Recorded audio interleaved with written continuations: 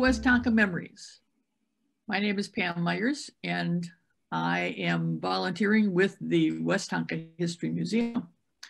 Today I'm meeting with Liz Vandam to learn about some research she's done. Hi, Liz. Good morning, Pam. So tell me a little about how you became curious about the Moore cabin. I'm always looking for information about the earliest days in our Upper Lake area. When I received a historic image through an email of a cabin from a person whose surname I recognized from an early area map, it was accompanied by questions, and I was immediately hooked. My subsequent research proved to find many pioneer connections and brought forth a piece of Upper Lake history I had been hoping to find. Where did your research begin? So my research begins usually with maps and then to Ancestry.com. And if I'm lucky, a map can offer property owner names and then bring into focus the location for the research. And then with Ancestry, it's a great vehicle to find family trees, census, land, and vital records. And the bonus is contacting names, usually of descendants, that enjoy sharing the information that they found. So the more people that use Ancestry, the more information becomes available. So it's a great vehicle. Super. So tell us about the Moore cabin. Welcome to a fun history tale here in our own backyard of the Upper Lake. I'm going to introduce a cabin and some of the oldest Lake Minnetonka pioneer names: the Carmons, the Cooks, and the Moores. My research began in 2014 when this photo was forwarded to me at the Minnetonka Historical Society from a fellow historian in Excelsior. It was received from Paul Moore, a New Jersey native and a descendant of the cabin's builder. Paul was researching his family history, and he was interested in what we could share about this cabin. This presentation is the history of this cabin. Who built it? Where was it? And does it still exist? From Ancestry.com, we learned first about the Moores. Charles Seth and Sophia Jane Moore were Paul's 2 times great-grandparents that came to Minneapolis in 1874. And Thomas and Maria Goodrich Moore, Paul's 3 times great-grandparents, who lived in Minneapolis in 1857. At the beginning of this research, the impression was that the cabin was built by the Moores. But that hunch takes an unexpected twist. Uncovering layers of details reveals that this cabin had different builders, but are all connected. Ancestry.com also led to connecting with more Moores who added to the family story, including photos throughout this presentation. Pictured are Charles and Sophia Jane Moore. As mentioned, they lived in Minneapolis in 1874, where Charles was a printer for the Minneapolis Tribune. Records show Charles and Sophia at the time had 8 children when they moved from Brooklyn, New York. Their 9th child was born shortly after they arrived in Minneapolis. A property sale document dated February 14th, 1877 surfaced, stating that Francis Harmon and his wife, Adela Moore, sold 2 acres on the north shore of Cook's Bay to her brother Seth, the printer, and Sophia. Adela is the daughter of Thomas and Maria Moore. She is 12 years old when her parents moved to Minneapolis in 1857, and 20 years later at this sale, she is now 32. This becomes significant because this area on the 1860s map is owned by Matthias Cook. So, who is Frank Harmon besides Adela Moore's husband? Francis Marion Harmon came to Minnesota in 1852. He was also 12 years old when he came. He was the fifth child of Lake Minnetonka civil engineer John Harmon. The 1860 and 1865 censuses note bachelor Frank Harmon farming on property adjacent to Matthias Cook property. From maps, we know that Cook owned a large parcel of what would later become Mound City. Exactly when Frank bought the property from his sister and brother-in-law has not surfaced. But as he was living on the property between 1860 and 1865, we can assume he built a shelter cabin. And per Adela's diary, on March 22nd, 1868, she, a teacher at the time, she and Frank marry in Minnetonka. They move to Cook's Bay on property next door to Matthias and Anna Harmon Cook. Anna Cook is Frank's sister. Records show that Frank and Adela are farming, adding to their cabin property, an outhouse, a pump house, barns, etc. on their 2 acres. The 1870 census reflects Frank and Adela are Minnetrista farmers. Their 2 acres is considered Minnetrista at the time. They now have 1-year-old Bert. James is born in 1874 and Inez in 1877. A blue star on this 1879 map does show where the Harmon cabin, now the Moore cabin, was located 2 years after Frank and Adela sold their 2 acres to Charles Seth and Sophia Jane in 1877. Above the star notes MS Cook, that's Matthias, the MS Cook property. To the east is the Lakeview Cottage, and that's the Cook's primary residence, and the Lakeview House, which is the Cook's Hotel. Historian Melvin Gimstead wrote in his historical background of Mound about this part of Cook's Bay. The high land above the shore, sandwiched between the Cook and Bartlett property, once belonged to Matthias Cook.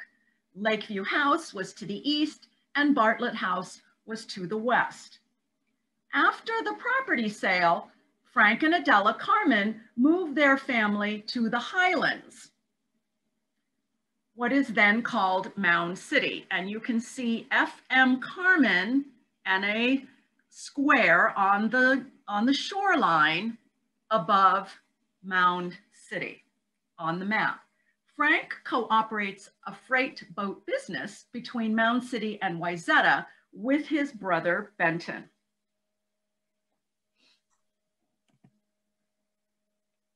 Here are the Harmons about 1891, before they moved from Mound City to Washington State in 1896. Starting from the left, Adela is seated. Standing behind her is Frank. Daughter Inez is next. Seated is Mary Goodrich Moore, that's Adela's mother. Dolly is standing next to her. Jenny is then seated. Bert is standing, and Nellie is on the end, seated with the doll in her lap. John Harmon is Frank's father. He is a civil engineer in 1853, sent from Ohio to survey Indian lands in Minnesota. John arrives with his wife and kids. Records show that he preempted or claimed land in Orono and Spring Park. The Spring Park property we know today as Casco Point was called Harmon's Point on this 1879 map. Harmon's Bay is also named for the family. John Harmon also claims 141 acres for his son-in-law, Matthias Cook, and John's daughter, Anna Harmon. John is active in organizing the Minnetrista town government. He serves as the school superintendent in 1861. He is the justice of the peace. He's a treasurer for the town for 2 terms and 1 term as its town clerk. By 1868, John has returned to New Jersey, where he died in 1877. His son-in-law, Matthias Cook, his property can be seen on this map. His family is traced back to 1637, the colonies. His English relatives arrived in Boston Harbor on the sailing ship Speedwell, part of the Great Migration of 1620 to 1640.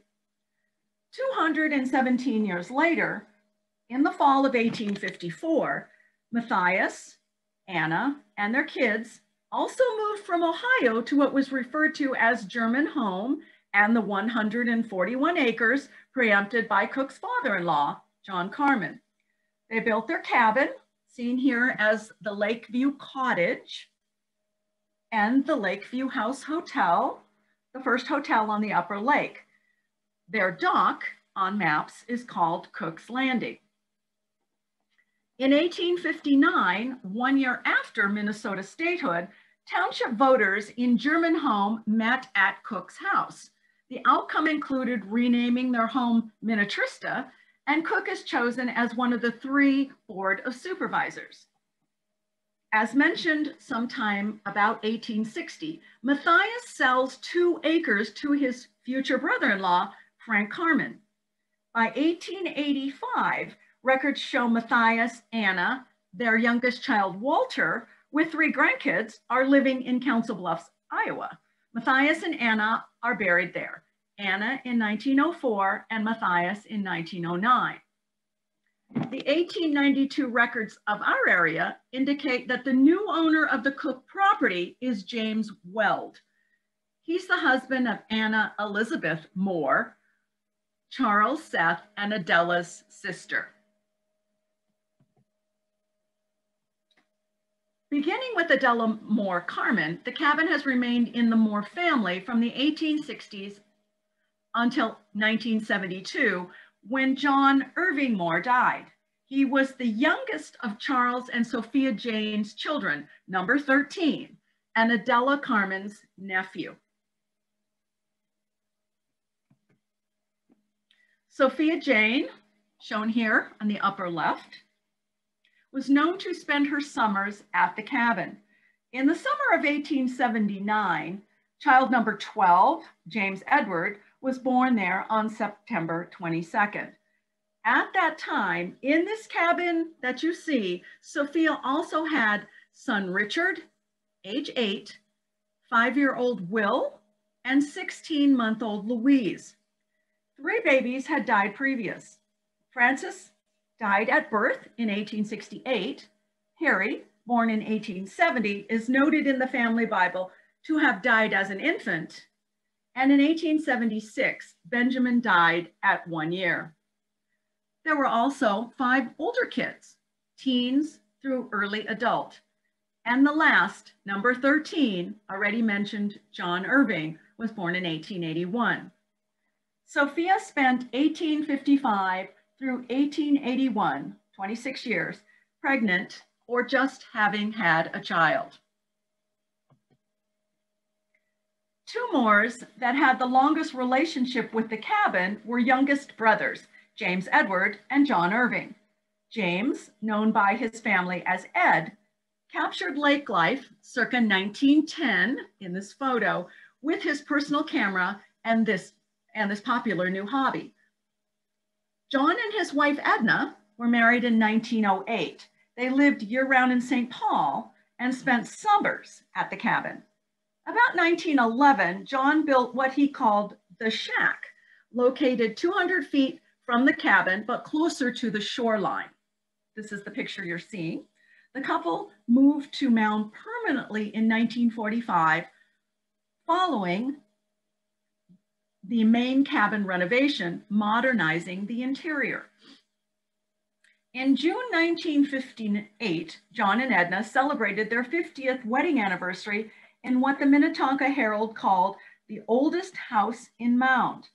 John shared that when he was growing up, summers were spent at their log cabin on Cook's Bay.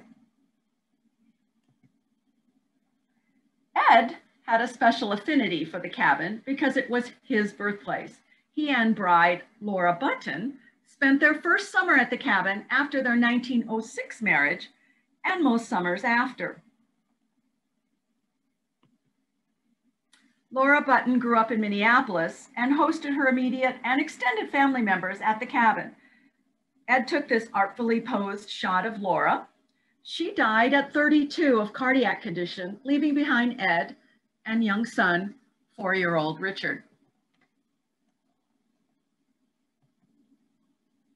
Laura and Ed's son, Richard Snowden Moore, was also born in the cabin in September of 1910. Though not a lifelong Minnesota resident, Richard returned to the cabin frequently during his life.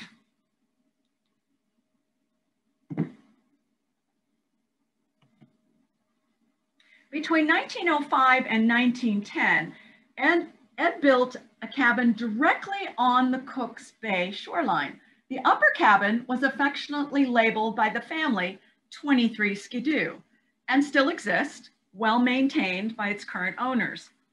Son Richard said in 1960, "My father, Ed Moore Sr., built this 2-story, one up and one down on the steep bank of the Minnetonka lakeshore, 100 feet toward the lake from the log house where my father and I were born." Ed's granddaughter, Pam Cavaliera, says these photos are an accurate depiction of her grandfather and all the Moores, a fun-loving bunch.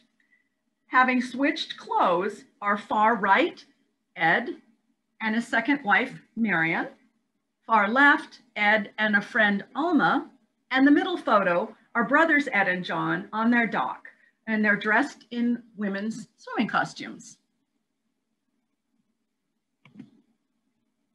And this photo sends a classic message of lake fun that we still all enjoy on a hot summer day. Ed Moore is in the middle facing the camera.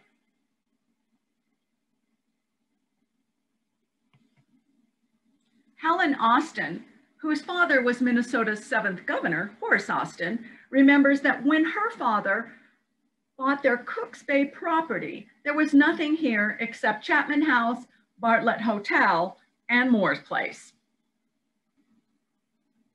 And this is an image of the Austin cabin. In the July 8th, 1887 Minneapolis Tribune, it states Mr. and Mrs. Austin of St. Paul, with daughters Nora, Alice, Ida, and Mabel, are spending the season at the Austin Cottage in Mound City, the Upper Lake. The cottage has just been completed and is pleasantly situated near the Chapman House. Edie Bartlett is building a new cottage in Mound and will move in tomorrow. This would have been a frequent summer sight from the Moore's dock, the Belle of Minnetonka at Chapman's. Imagine watching this 300-foot vessel, carrying hundreds, docking near your home. The Moore property is behind the Belle in this image. In 1880, the Hattie Mae prepared to dock at Chapman's. A band played from her roof. The music and her whistle likely brought the Moore kids running to their shoreline to see her approaching.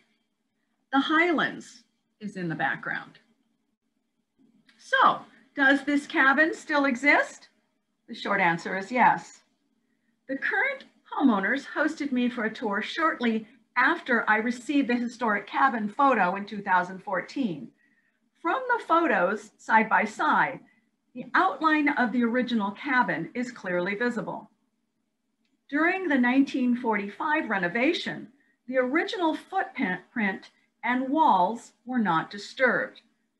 John Irving Moore said in his 1958 interview, realizing that there was pure insulation gold in the huge hardwood logs of the old cabin, we built our new modern house around it. After 1972, when John Irving died, the 2-acre property was divided and sold. So it was still that 2 acres originally purchased by Frank Harmon. At that time, the structure's 2nd floor was removed and the lower section was moved about 200 yards west to its current location, closer to the shoreline. The final pieces of the cabin story came together in 2019. The homeowners reached out to me to share that their home renovation revealed the original cabin walls beneath the wall layers in their dining room. They said they felt like they had found buried treasure. They plan to protect the walls and even keep some portions exposed. Note in this photo the narrow staircase in the background. That is a similar width to the original one that led to the second level. The logs are believed to be red oak, likely milled close by. The current dining room is 18 by 18 feet, the exact footprint of the original cabin's first floor. The logs measure 15 inches wide and are 6.5 inches deep. Also found when the walls were exposed were 2 iron trivets and newspaper scraps dating to 1893. Newspaper was commonly used as an insulator. So, who could we tell Paul Moore was the cabin builder? We can say with probable certainty that Frank Harmon built the cabin. And because it was common to have help, brother-in-law and neighbor, Matthias Cook, likely lended a hand. And when was it built? Between 1860 and 1868, according to records, making it one of the earliest surviving cabins found existing on Lake Minnetonka. And where is this cabin? On a portion of 2 of the 141 acres originally preempted by John Harmon in 1853 for his son-in-law and his daughter, Matthias and Anna Cook Harmon, and sold to Frank Harmon and then to the Moores. It sits high above the Cooks Bay shoreline along what is now called Bartlett Boulevard. The end. Liz, that's an amazing amount of detail. I know. It's hard to keep track of all the relations, but it is the Harmons that married, Frank Harmon married into the Moore family. And Matthias Cook is the son-in-law of John Harmon and the brother-in-law of Frank Harmon. And then the Harmons move away, and Matthias Cook moves away. And then another Moore daughter comes in who's married to James Weld, and they buy Matthias Cook's property. As I said, an amazing amount of detail. So what surprised you the most about what you learned? I was most surprised and elated that the cabin was still standing and basically sitting there in plain sight. When I was invited over and I looked at it and looked at the image of the historic cabin, it was just incredible. The footprint outline is very clear when it's compared to the current residence.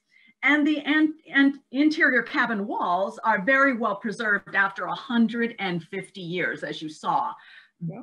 They're beautiful. They just look like a work of art to me. And they are the existing dining room of this current house.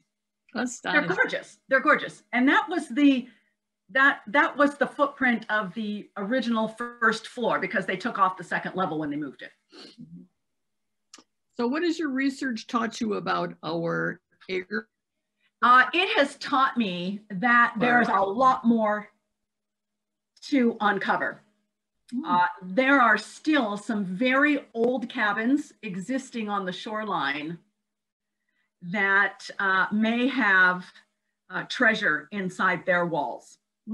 And the bonus to me in this kind of research is connecting with descendants, and then connecting them with cousins that they would otherwise not have found. for sure. So it's all of very fun kind of detective work, as you often call it. Yes, I certainly do. That's true. Well, thank you for sharing. Thank you for sharing your research with us. We will put the interview onto the museum archives, so it will be available for future generations.